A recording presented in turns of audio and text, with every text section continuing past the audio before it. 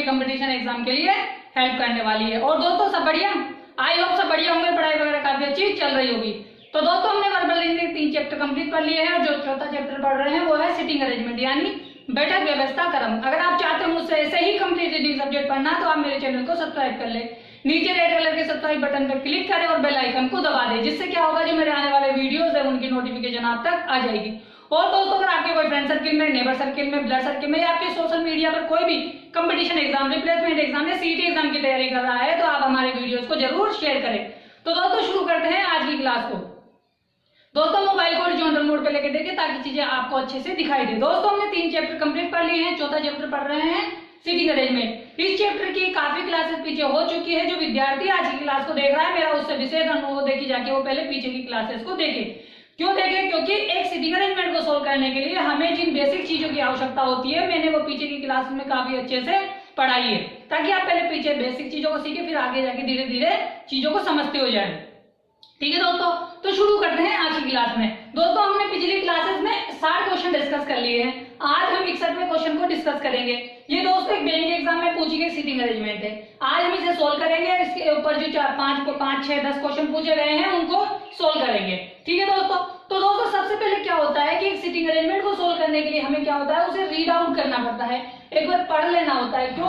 पढ़ने से हमें ये पता लग जाता है कि सिटिंग अरेंजमेंट क्या कह रही है, उसमें जो सेंटेंस आए हैं, जो बातें हैं एक दूसरे से कनेक्टेड हो रही है। ठीक है ना, जो लाइनें हैं एक दूसरे से कैसे कनेक्टेड हो रही है। तो हम सबसे पहले इसे पढ़ेंगे फिर इसको सोल्व करने की कोशिश करेंगे। ठीक है दोस्तों, देखो दोस्तों 61वां क्वेश्चन है A B C D E F G और H भिन्न भिन्न कक्षाओं में पढ़ते हैं। ठीक है, यथा मतलब जैसे पहली, दूसरी, तीसरी, चौथी, 5वीं, 6ठी, 7वीं और 8वीं वे सभी केंद्र की ओर मुख करके एक वर्ताकार मेज के इर्द गिर्द बैठे हैं। ठीक है दोस्तों, यहां तक की बात समझो कि क्या कह रहा है कि भाई 8 लोग हैं। ठीक है, 8 लोग हैं। ठीक है, जो क्या कर रखे हैं, एक केंद्र की ओर मुख करके बैठे हुए हैं।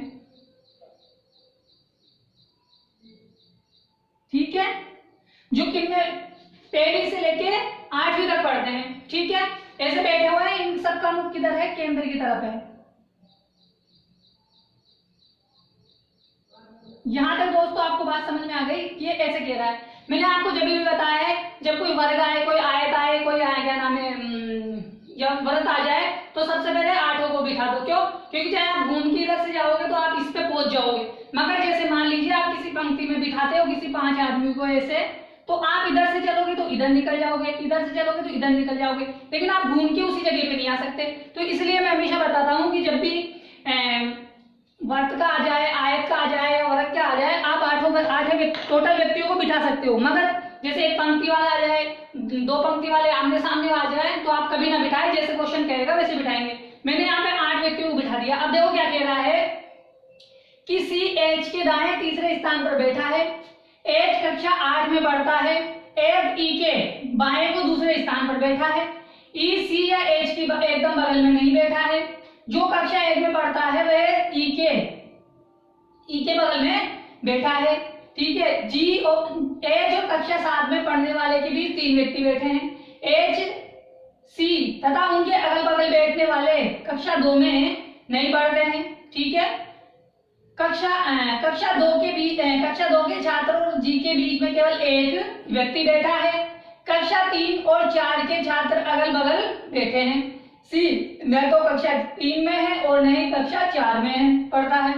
ए तथा कक्षा 5 के छात्र के बीच केवल एक व्यक्ति बैठा है, ए कक्षा 2, 3 में नहीं पढ़ता है और बी कक्षा 2 में नहीं पढ़ता है। दोस्तों मैंने क्या किया, सिटिंग अरेंजमेंट को पढ़ा, पहले मैंने इसको सोल्व करके लिख दिया कि भाई ये बात है, ये कहना चाह रहा है। अब इसके बाद में ये सिटिंग अरेंजमेंट आगे दी गई है, अभी इनको सोल्व करना है।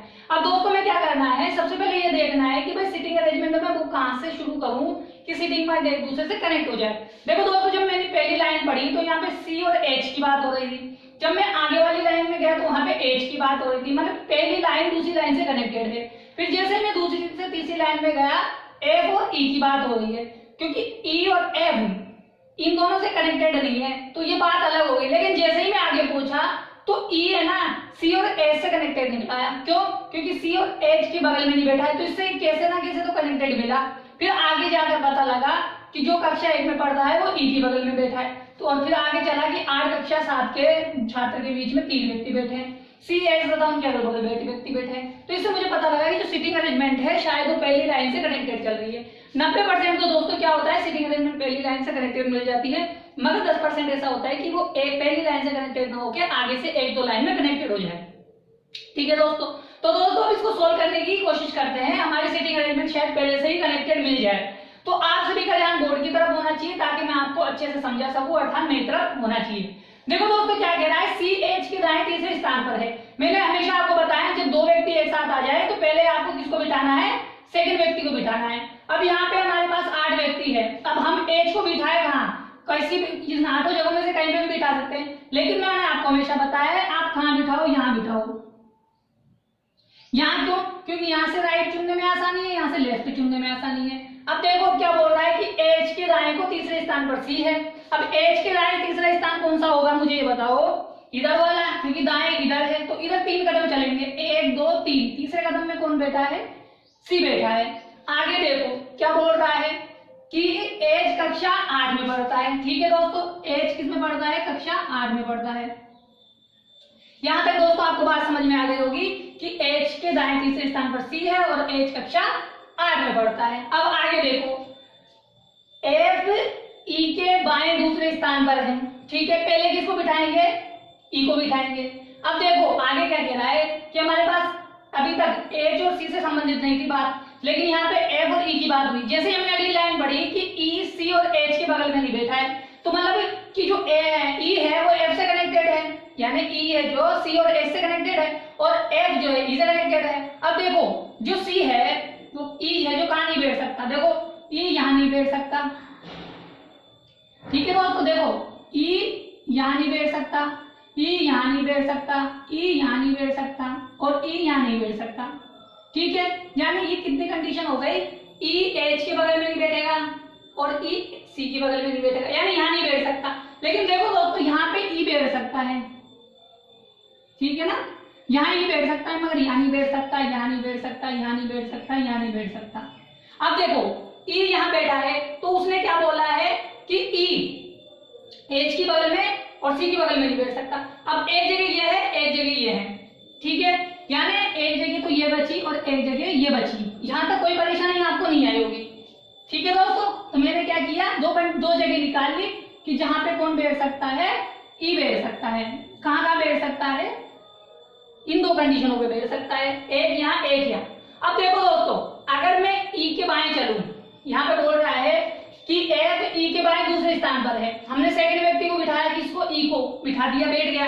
अब जब सेकंड व्यक्ति बैठ गया है तो हमें उसके बाएं दूसरे स्थान पर किसको बिठाना है, एफ को बिठाना है। देखो इसके बायां इधर वाला, क्योंकि इसका मुख इधर आ गया, अब तो इसका बायां दूसरा में चलूं तो दूसरे स्थान पर सी बैठा हुआ है, तो मैं यहाँ पे एफ को नहीं बिठा सकता। जब मैं एफ को यहाँ बिठा नहीं सकता तो इसका मतलब मैं यहाँ ई को भी नहीं बिठा सकता, क्योंकि यहाँ ई जब बैठेगा जब दूसरा व्यक्ति बैठेगा। अब ई यहाँ बैठा है, अब ई के बाएं में दूसरा चलूं तो यहाँ पे एफ बैठ सकता है। ठीक है दोस्तों, यहाँ पे कौन बैठ सकता है, एफ बैठ सकता है। क्यों, क्योंकि एफ के लिए ऐसा कुछ नहीं कहा गया है कि वो सी के बगल में नहीं बैठ सकता, सिर्फ इतना सा कहा है कि ई है ना एच और सी की बगल में नहीं बैठता। ठीक है, अब आगे चलो। अब आगे क्या बोल रहा है कि जो कक्षा 1 में पढ़ता है वो ई की बगल में बैठा है। ठीक है दोस्तों, तो देखो दोस्तों 2 कंडीशन है, एक जगह तो ये है और एक जगह ये है कि यानी जो कक्षा 1 में पढ़ता है वह तो यहाँ बैठेगा या यहाँ बैठेगा, ई की बगल में 2 जगह खाली है, तो एक यह है और एक यह है। अब मुझे क्या करना पड़ेगा भाई, 2 जगह है तो मुझे क्या करना पड़ेगा, एक कंडीशन लेनी पड़ेगी फटाफट से ताकि मैं इसको सोल्व कर सकूं। तो मैंने क्या किया, फटाफट से कंडीशन और मान ली। देखो यहाँ पे 8 व्यक्तियों को वापस से बिठा देंगे। ठीक है, हमारे पास यहाँ पे एच आ गया था जो 8 में पढ़ रहा है, यहाँ हमारे पास सी आ गया था, यहाँ हमारे पास एफ आ गया है, हमारे पास यहाँ पे ई आ गया है। अब कंडीशन 2 है कि एक को यहाँ मान लो और एक को यहाँ मान लो। ठीक है, तो अब देखो दोस्तों, इसको मैंने यहाँ से मिटा दिया और मैंने इसको यहाँ पे रख दिया, यानी 2 कंडीशनें बन गई। क्या कंडीशनें बन गई, एक कंडीशन में तो कक्षा फर्स्ट का व्यक्ति यहाँ बैठा है और एक में कक्षा 1 का व्यक्ति यहाँ बैठा है।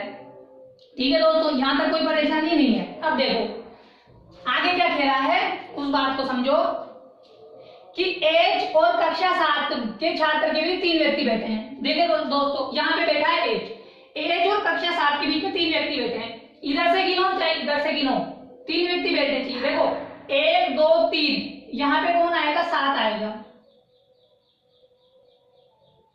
अब इधर से चलो 1 2 3, यहाँ यानी दोनों तरफ से जब हम देखते हैं तो दोनों तरफ से क्या हुआ कि दोनों के बीच में 3 व्यक्ति बैठ सकते हैं। जब कभी भी 8 लोगों की बात होती है तो 8 का आधा 4, और 4 के बीच में जब 3 आ जाते हैं, यानी जब हम 2 पार्ट में डिवाइड करते हैं, भाई ये 4 पार्ट हैं, 4 लोग इधर से डिवाइड करेंगे, 4 लोग इधर से डिवाइड करेंगे, तो ये दोनों सामने हो गए। तो जब 8 व्यक्ति होते हैं, जब 3 व्यक्तियों की बात आ जाती है तो सामने वाला हमेशा उसके बीच सामने जाके बैठेगा। 3 जब भी आएंगे, अब जैसे यहाँ एच है, एच और कक्षा 7 के बीच में 3 है, तो मतलब आप कैसे भी गिनो सामने ही बैठेगा वो, ठीक है। तो आप ये डायरेक्ट पता लगा सकते हो कि जब 8 लोगों की बात हो और बीच में 3 व्यक्ति हो तो सामने वाला जो दूसरा व्यक्ति हो ठीक सामने बैठेगा, ठीक है दोस्तों, याद रखना। यहाँ पे ये कितने में आ गया? 7 में आ गया, ठीक है, यहां तक कोई समस्या नहीं होगी। अब देखो आगे चलते हैं कि एच तथा सी कक्षा, एच तथा उनके अगल बगल बैठने वाले कक्षा 2 में नहीं पढ़ते हैं। देखो दोस्तों, एच तो हमारे पास आ चुका है, ठीक है, एच हमारे पास आ चुका है, सी हमारे पास नहीं आया है कि वो कौन सी कक्षा में। तो हमें क्या करना है कि सी कौन सी कक्षा में नहीं बैठेगा? 2 कक्षा में नहीं बैठेगा, ठीक है। सी के लिए क्या कहा गया है कि सी और उसका जो बगल में बैठा हुआ व्यक्ति है वो कौन सी में नहीं बैठेगा? सेकंड में नहीं बैठेगा, यानी एच और सी। तो एच तो हमारे पास 8 में आ गया, अब सी है जो कक्षा 2 में नहीं बैठेगा। अब आगे चलो, यानी यहाँ पे 2 नहीं आ सकता, यहाँ पे 2 नहीं आ सकता, आगे चलो। अब आगे क्या बोल रहा है कि कक्षा 2 के छात्र और जी के बीच में केवल एक व्यक्ति बैठा है, ठीक है दोस्तों, कि कक्षा 2 का छात्र और जी के बीच में केवल एक व्यक्ति बैठा है, ठीक है। अब देखो आगे चलो, आगे और कोई बात बोल रहा है क्या, उसको देखते हैं कि कक्षा 3 और कक्षा 4 के अगल बगल बैठे हैं। देखो दोस्तों अगल बगल बैठे हैं, ठीक है, आगे चलो।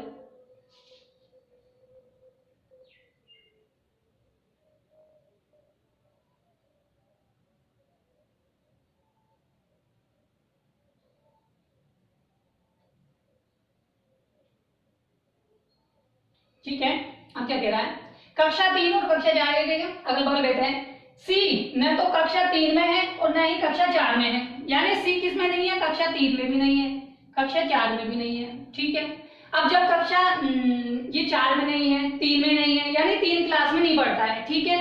अब आगे देखो, ए तथा कक्षा 5 के छात्र के बीच में एक व्यक्ति बैठा है, ठीक है। ए कक्षा 2 और 3 में नहीं पढ़ता है, ए कक्षा 2 और 3 में नहीं पढ़ता है, ठीक है, ध्यान रखना बहुत जरूरी है ये बात। अब आगे देखो, ए कक्षा 2 या 3 में नहीं पढ़ता है, ठीक है, और बी कक्षा 2 में नहीं पढ़ता है, ठीक है। यहां तक आपको बातें समझ में आ गई। ये बातें जो इनडायरेक्टली बोली गई है कि भाई ये जो है सी दूसरी तीसरी चौथी में नहीं पढ़ेगा, ए दूसरी तीसरी में नहीं पढ़ेगा, बी है जो दूसरी में नहीं पढ़ेगा। अब देखो दोस्तों, अब क्या बातें हैं उन बातों को देखते हैं।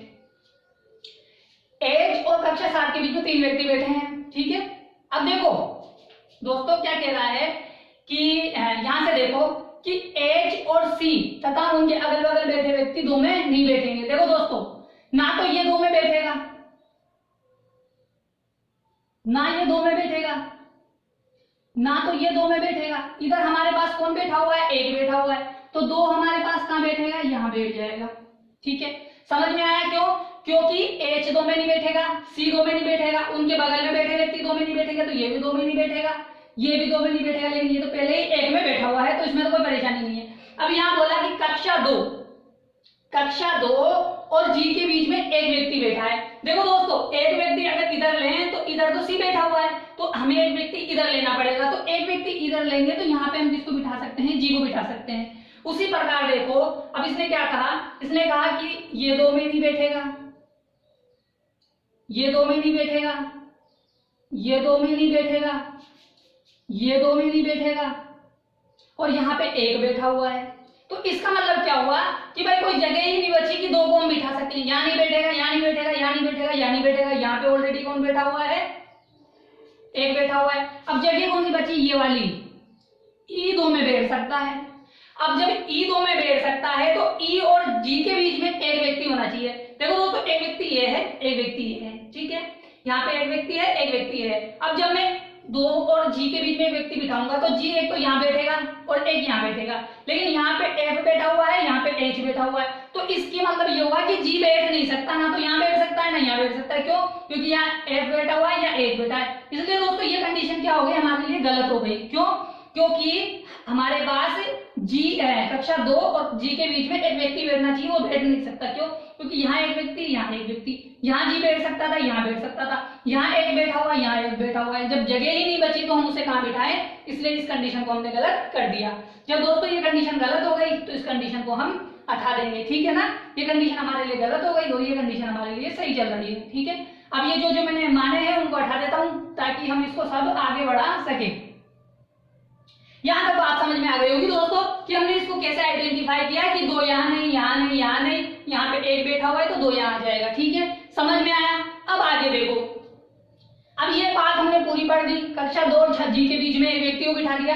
कक्षा 3 और कक्षा 4 के छात्र अगल बगल बैठे हैं, यानी दोस्तों हमें वो तो दो जगह देखनी है जहाँ पे दो जगह खाली हो। देखो दोस्तों, यहाँ तो कोई जगह है नहीं खाली, यहाँ पे एक जगह खाली है, मगर दोनों अगल बगल बैठे हैं कक्षा 4 और कक्षा 3 के, तो यहाँ जगह खाली नहीं है, यहाँ पे भी जगह खाली नहीं है, यहाँ जगह खाली है, यानी ये 3 जगह खाली है जहाँ पे कक्षा 3 और 4 आएगा। लेकिन जी, जो जी है वो वैसे ही 3 और 4 में नहीं आएगा, ठीक है।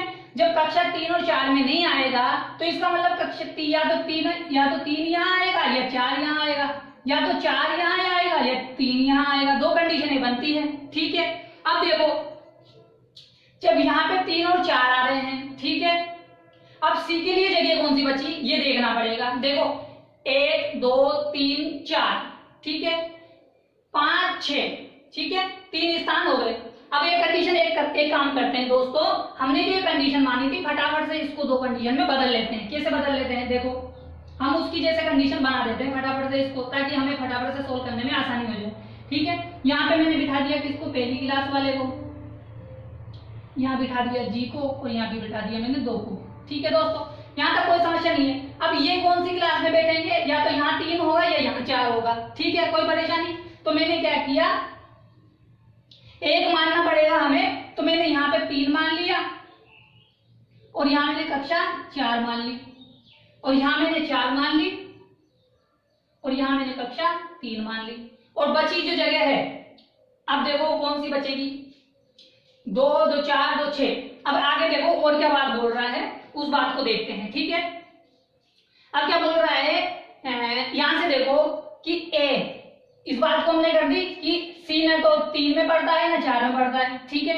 ए तथा कक्षा 5 के बीच केवल एक व्यक्ति बैठा है। देखो दोस्तों, कक्षा 5 एक यहाँ आ सकती है, एक यहाँ आ सकती है, ठीक है।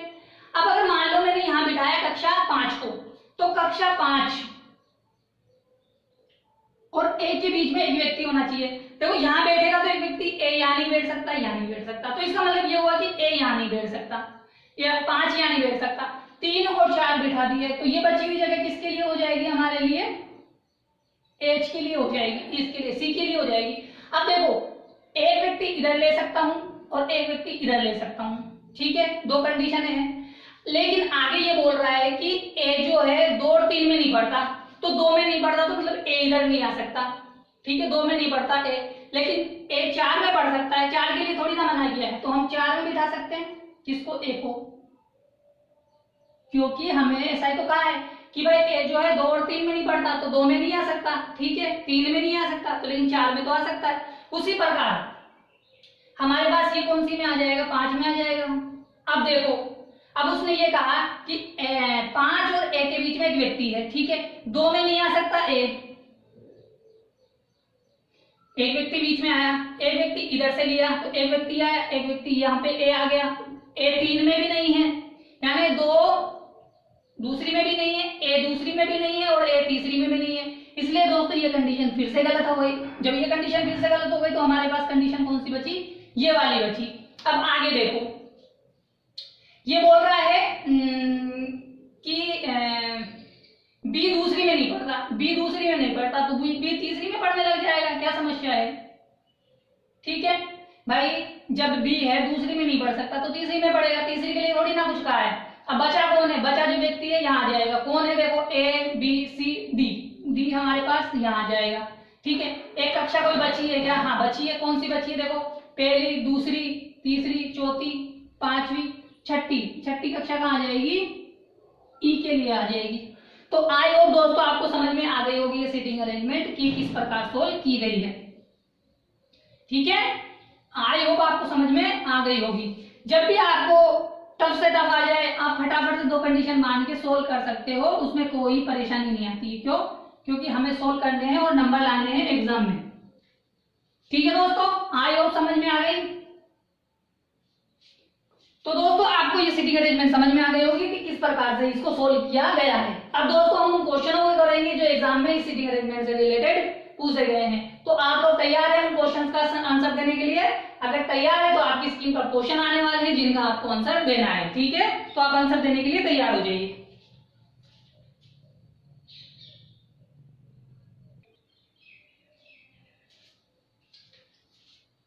तो दोस्तों पहला क्वेश्चन आपके सामने है इस सीटिंग अरेंजमेंट से रिलेटेड जो एग्जाम में पूछा गया है। बताइए कि एफ के बारे में निम्नलिखित में से कौन सा सत्य है? बताइए कौन सा सत्य है? देखो एफ यहाँ बैठा है, अब इसके लिए 5 ऑप्शन दिए, हमें ये पता लगाना है कि कौन सा कथन सत्य है। देखो एफ कक्षा 5 में पढ़ता है, देखो एफ 7 में पढ़ता है, क्या एफ कक्षा 5 में पढ़ता है? नहीं, ये गलत हो गया। डी और जी एफ के निकटतम पड़ोसी है क्या? डी और जी, देखो डी और जी यहाँ है, क्या ये एफ के निकटतम पड़ोसी? नहीं, एफ के निकटतम पड़ोसी तो सी और डी है, और डी और जी तो जी के निकटतम पड़ोसी है, तो ये भी गलत हो गया।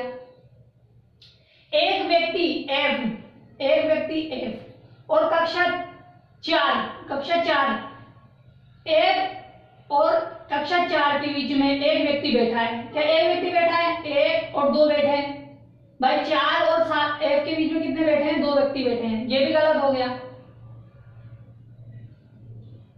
एक के दाएं दूसरा है, देखो दोस्तों एक के दाएं दूसरे स्थान पर तो सी बैठा हुआ है, 1 2 दाएं तीसरे स्थान पे बोलता तो ये सत्य हो जाता, मगर ये भी गलत है। और आगे बचा बोला है कि कोई सत्य नहीं है, यानी कोई सत्य नहीं है, तो इसका मतलब ये वाला आंसर हमारा सही हो जाएगा। इसका मतलब कि जो ये वाला आंसर है हमारा कौन सा? 5वां वाला सही है। क्यों? क्योंकि भाई हम 4 ऑप्शन पढ़ चुके हैं, हमें कोई सत्य नहीं मिला, जो हमारा 5वां ऑप्शन है वो सही है, क्योंकि कोई भी सत्य नहीं है इन चारों में से। आई होप दोस्तों क्वेश्चन आपको समझ में आ गया होगा। समझ में आ गया है तो आप इसका स्क्रीनशॉट ले ले ताकि अपन आगे बढ़ सके, आगे वाले क्वेश्चंस को कर सके। आपको समझ में आ गया होगा, आप स्क्रीनशॉट ले लो इसका।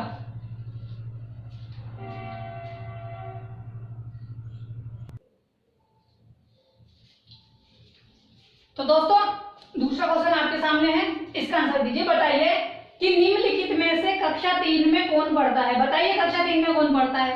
कक्षा 3 यहाँ है, कक्षा 3 में कौन पढ़ता है? बी पढ़ता है। बी कौन सा ऑप्शन है? हमारा चौथा वाला ऑप्शन है। ठीक है दोस्तों, आई होप समझ में आया कि हमारा आंसर बी क्यों होगा, क्योंकि बी हमारे पास कक्षा 3 में पढ़ता है। ठीक है दोस्तों, समझ में आ गया है क्वेश्चन? आप इसका स्क्रीनशॉट ले लो ताकि अपन आगे बढ़ सके। ठीक है, आप इसका स्क्रीनशॉट ले लो।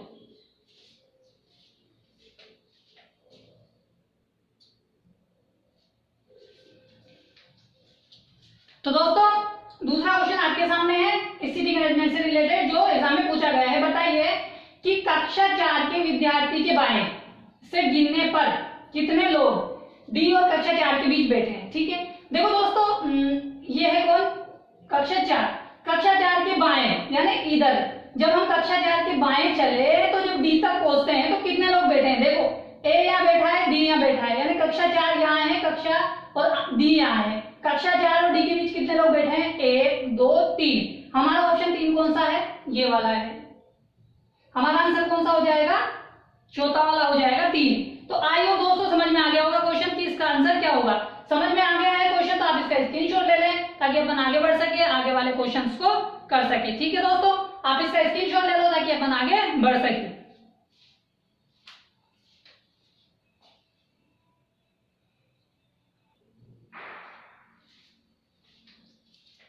तो दोस्तों बताइए, चौथा क्वेश्चन आपके सामने है, इसका आंसर दीजिए कि निम्नलिखित में से कौन सा सत्य है, बताइए।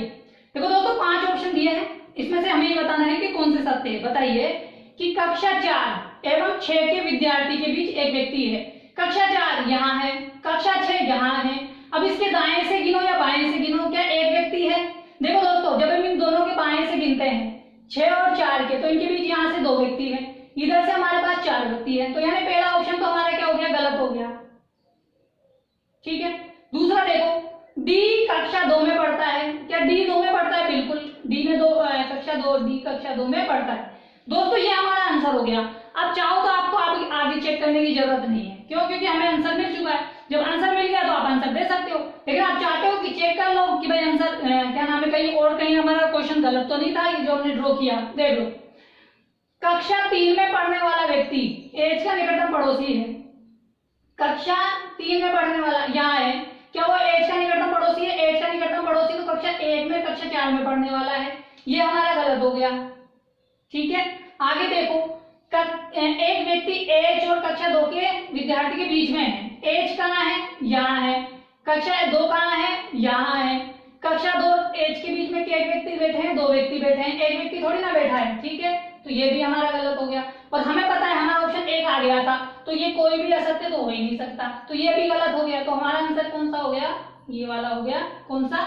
सेकंड वाला, कि डी कक्षा 2 में पढ़ता है। तो दोस्तों आपको समझ में आ गई होगी सीटिंग अरेंजमेंट का क्वेश्चन आ गया है। स्क्रीनशॉट ले लो, फिर अपन आगे वाला क्वेश्चन करते हैं। ठीक है, आप इसका स्क्रीनशॉट ले लो, फिर आगे वाला क्वेश्चन करते हैं।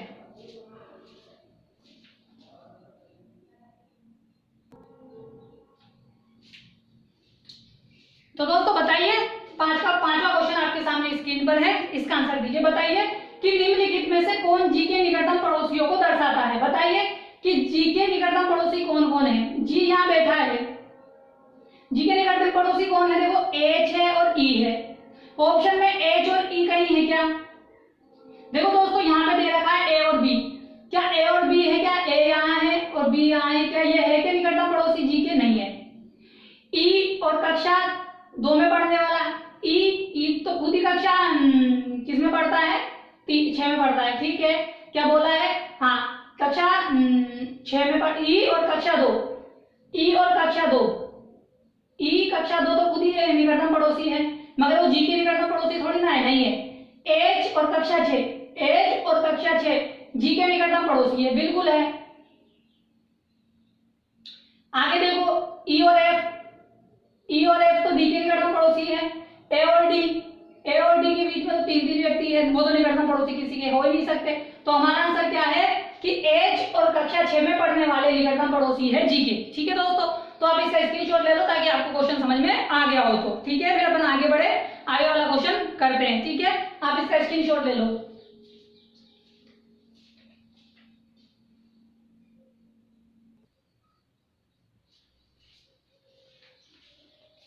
तो दोस्तों ये आखिरी क्वेश्चन हमारे सामने हैं इस सीटिंग अरेंजमेंट से रिलेटेड, जो एग्जाम में पूछे गए हैं। देखो दोस्तों निर्देश हमने पीछे 5 क्वेश्चन कर लिए, अब देखो 6, 7, 8 यानी ये 3 क्वेश्चन है। ठीक है, निम्नलिखित 5 में से 4 किसी प्रकार समान है, अतः उनका एक समूह बनता है, वह कौन सा है जो इस समूह में शामिल नहीं है। दोस्तों ये 3 जो एग्जाम्पल दिए हैं, इनमें 4 एक समान है, एक समूह बनाते हैं, और एक कौन सा भिन्न है जिसका आंसर हमें देना है। ठीक है दोस्तों, तो आप लोग तैयार है इसका आंसर देने के लिए? देखो दोस्तों पहले पहला देखते हैं। पहला क्या कह रहा है कि बी, ए और एच, हमें बी, ए और एच को देखना है। देखो दोस्तों बी, ए और एच, ठीक है, यानी क्या है कि मतलब हम चलते हैं, बाईं तरफ चलते हैं तो पहला व्यक्ति, दूसरा व्यक्ति और तीसरा व्यक्ति मिल जाता है। उसी प्रकार ई, डी, एच, चलो ई, डी और एच, ठीक है, इसमें क्या हुआ कि जो पहला व्यक्ति है वो 2 व्यक्ति के बीच में है, जबकि उसमें क्या था कि उसमें दूसरा व्यक्ति बीच में था, इसमें पहला व्यक्ति बीच में है। ठीक है, तीसरा देखो, तीसरा क्या कह रहा है? सी, बी, एफ, सी, बी, एफ, यानी पहला व्यक्ति बीच में है, वहां दूसरा व्यक्ति बीच में था, यहाँ पे पहला व्यक्ति बीच में है, यानी यहाँ पे ई बीच में था, सी बीच में था। अब देखो एच बीच में होना चाहिए जी और ए के बीच में, देखो एच बीच में है जी और ए के बीच में, देखो डी बीच में होना चाहिए एफ और ई के बीच में, देखो डी बीच में एफ और ई के बीच में, यानी क्वेश्चन था ये भिन्न था, बाकी ये चारों क्या थे, एक दूसरे से समान थे। ठीक है, तो हमारा आंसर क्या हो जाएगा, पहला वाला हो जाएगा। क्यों? क्योंकि जो दूसरा व्यक्ति है वो बीच में ही है, जबकि बाकी सब में जो पहला व्यक्ति है वो बीच में बैठा हुआ है, आगे दो व्यक्ति हो गए। अब देखो दूसरों, सातवां क्वेश्चन देखो, पहला दिया है ई और डी। हम पहले देखेंगे ई को, फिर देखेंगे डी को, यानी ई के तुरंत बाएं कौन है, डी है। एफ सी, एफ के तुरंत बाएं सी है। ए एच, ए के तुरंत बाएं कौन है, एच है। ई के ई जी, ई जी। अब देखो यहाँ पे ई के तुरंत दाएं आ गया, तो यानी यहाँ पे ये देखा हमने कि ये तो तीनों तो एक दूसरे से कनेक्टेड थे, मगर ये अलग आ गया। अब ये अलग आ गया तो सी और बी को देखो, सी और बी यानी पहले व्यक्ति के तुरंत बाएं हैं, तो यानी ये भी इससे कनेक्टेड मिल गया और ये कनेक्टेड नहीं था, तो ये हमारा आंसर हो गया। ठीक है दोस्तों, आई होप समझ में आया। अब देखो आगे देखो, जो तीसरा क्वेश्चन है कि परसेंट चिन्ह के स्थान पर कौन सा आएगा, यानी ये चार तो समान होंगे और एक है ना भिन्न होगा, जो परसेंट चिन्ह की जगह उसका आंसर आएगा। ठीक है, कि परसेंट चिन्ह की जगह कौन सा आएगा, बताइए। देखो डी दिया है, जी डी बी ए। ठीक है, अब देखो कि यहाँ पे परसेंट चिन्ह की जगह कौन सा आएगा। देखो दोस्तों, हम मैं जब जी से डी पे जाता हूँ, जी कहाँ है, यहाँ है। जब मैं डी से डी पे जाता हूँ तो मुझे क्या करना पड़ता है, बाएं एक कदम चलना पड़ता है और दाएं कितने कदम चलने पड़ते हैं, 1 2 3 4 5 कदम, 6 कदम चलने पड़ते हैं। या देख लो, और देखो दोस्तों, क्या ऐसा हो सकता है क्या कि अगर मान लीजिए कि जी कौन सी कक्षा में पढ़ता है, जी देखो पहली कक्षा में पढ़ता है। ठीक है, ये देखो एक बात भाई, जी कौन सी में पढ़ता है, पहली में पढ़ता है। डी कौन सी में पढ़ता है, डी दूसरी में पढ़ता है। ठीक है, बी कौन सी में पढ़ता है, बी तीसरी में पढ़ता है। ए कौन सी में पढ़ता है, ए चौथी में पढ़ता है। यानी क्या हो रहा है, क्रम चल रहा है, पहली दूसरी तीसरी चौथी। तो चौथी है तो यहाँ पे कौन सी आ जाएगी, पांचवी आ जाएगी। और पांचवी में कौन पढ़ेगा, पांचवी कक्षा कहाँ है, पांचवी में सी पढ़ेगा। तो सी हमारा ऑप्शन कौन सा है, ये वाला है। तो हमारा आंसर क्या हो जाएगा, सी हो जाएगा। क्यों? क्योंकि भाई हम जब देखते हैं कि जी पहली में, डी दूसरी में, बी तीसरी में, चौथी में, ए चौथी में, तो पांचवी में कौन होगा, सी होगा। और अगर कोई तरीका है दूसरा तो वैसे हम देखते हैं तो देख लेते हैं, वैसे भी वैसे तो ये आंसर आना चाहिए। अब देखो जी से डी, जब मैं जी से डी जाता हूँ तो यहाँ पे मुझे एक व्यक्ति बीच में मिलता है, और जब मैं डी से बी पे जाता हूँ तो यहाँ पे मुझे कितने मिलते हैं, 3 व्यक्ति मिलते हैं। लेकिन जैसे ही मैं बी से ए पे जाता हूँ तो यहाँ पे मान लीजिए एक व्यक्ति था, यहाँ 2 था, तो यहाँ से 3 मिलने चाहिए थे, 1 2 3, तो ई पे आना चाहिए, तो ऐसे बैठा नहीं। ठीक है ना, तो इसलिए अब देखो आंसर कौन सा मिलेगा हमें, ये वाला ही मिल सकता है। क्यों? क्योंकि जो सी है ना कक्षा 5 में पढ़ता है। तो दोस्तों आई होप आज की सीटिंग अरेंजमेंट और उससे रिलेटेड क्वेश्चन आपको काफी अच्छे से समझ में आ गए होंगे। समझ में आ गए हैं दोस्तों, तो आप इसका स्क्रीनशॉट ले लो ताकि अपन आगे बढ़ सके। ये 8 क्वेश्चन तो एग्जाम में पूछे गए हैं इस सीटिंग अरेंजमेंट से रिलेटेड। तो आई होप दोस्तों आज की सीटिंग अरेंजमेंट उससे रिलेटेड क्वेश्चन आपकी काफी अच्छे से समझ में आ गए होंगे। अगर आप चाहते हो मुझसे ऐसे ही कंप्लीट रीजनिंग सब्जेक्ट पढ़ना तो आप मेरे चैनल को सब्सक्राइब कर लें। नीचे रेड कलर का सब्सक्राइब बटन है, उस पर क्लिक करें और बेल आइकन को दबा दें, जिससे क्या होगा, जो मेरे आने वाले वीडियोस है उनकी नोटिफिकेशन आप तक आ जाएगी। और दोस्तों अगर आपके कोई फ्रेंड सर्किल में, नेबर सर्किल में, ब्लड सर्किल में या फिर किस सोशल मीडिया पर कोई भी कंपटीशन एग्जाम, रिप्लेसमेंट एग्जाम या सीटी एग्जाम की तैयारी कर रहा है तो आप मेरे वीडियोस को जरूर शेयर करें ताकि चीजें लोगों तक पहुंच सके। तो दोस्तों आज की क्लास में हमने 61वां क्वेश्चन डिस्कस किया है, कल की क्लास में हम 62वां क्वेश्चन डिस्कस करेंगे। यानी कम से कम हो सकते हैं, हम जितने हो सकते हैं इसके एग्जाम्पल करेंगे जो आज तक प्रेजेंट एग्जाम तक में पूछे गए हैं। ठीक है ना, तो अब इसका स्क्रीनशॉट ले लो ताकि अपन आगे बढ़ सके। ठीक है, ठीक है, कल मिलते हैं आगे वाले क्वेश्चन के साथ। जब तक के लिए टाटा बाय बाय, सत श्री अकाल, सलाम वालेकुम। ठीक है दोस्तों।